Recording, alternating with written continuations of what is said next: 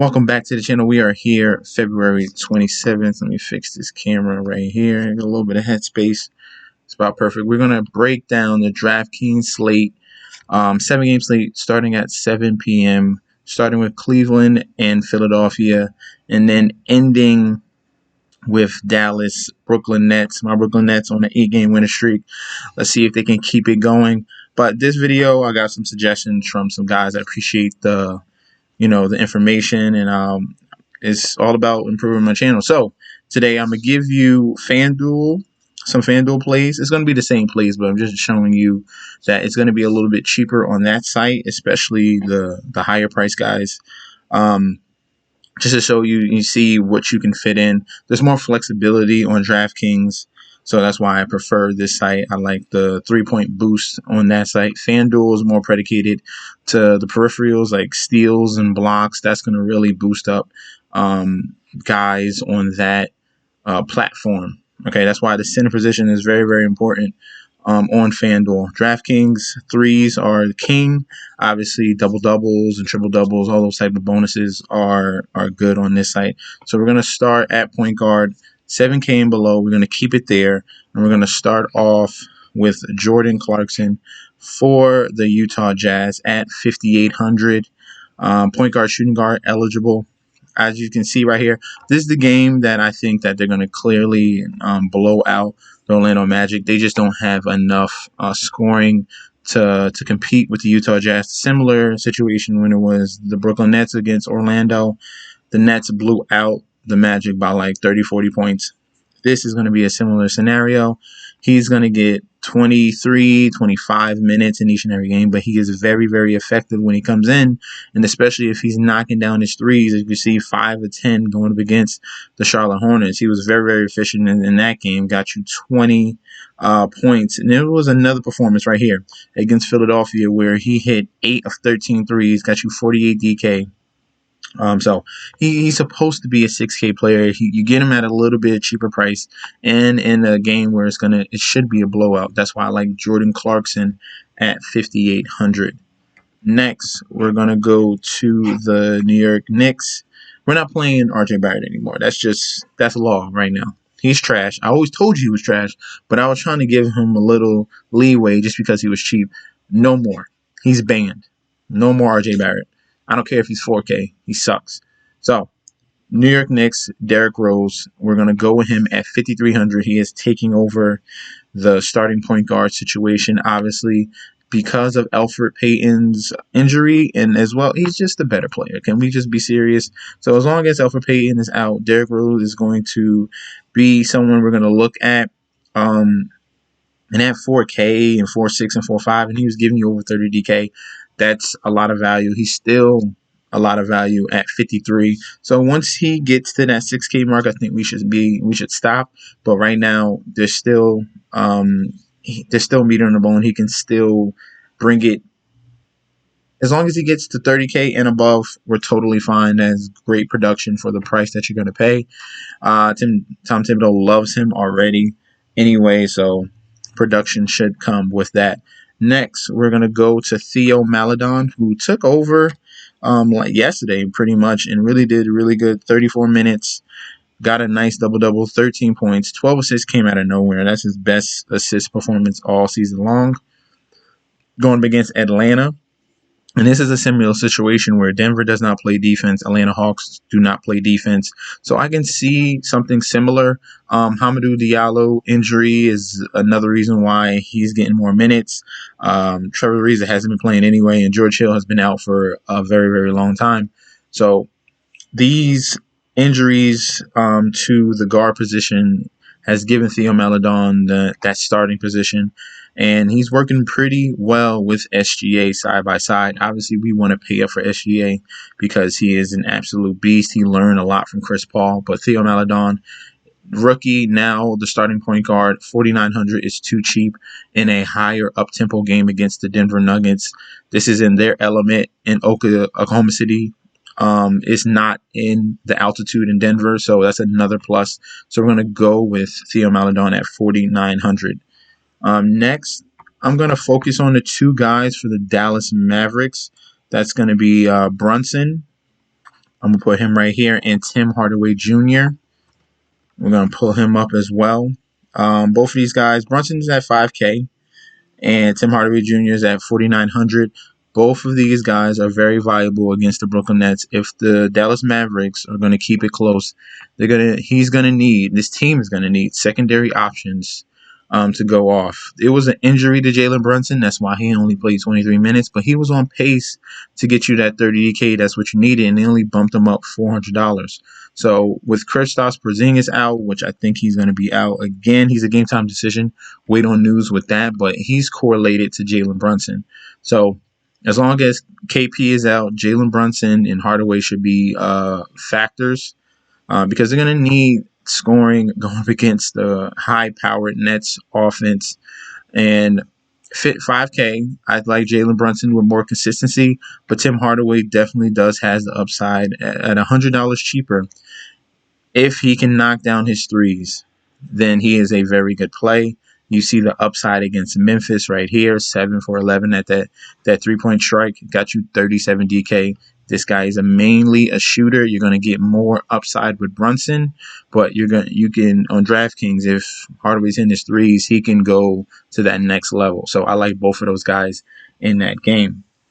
Next is going to be Shake Milton for the Philadelphia 76ers. I like this play because there's going to be an injury to Tobias Harris. He's going to be out going up against Cleveland. They don't need him anyway.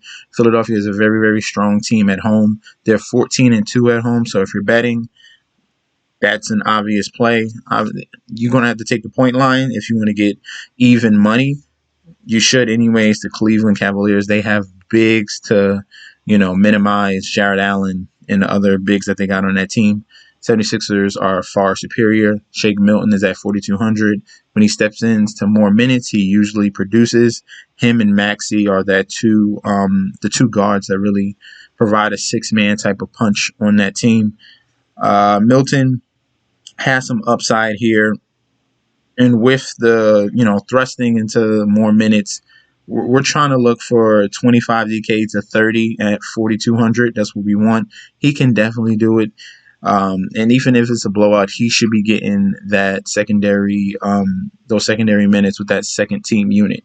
So we're going to go with Shake Milton at 42 as well. I can't put him in here. Let me take out one of these guys. We'll put Milton in there as well. Next, we're going to go over to the San Antonio Spurs. We got Lonnie Walker. They got a ton of injuries on this team right now.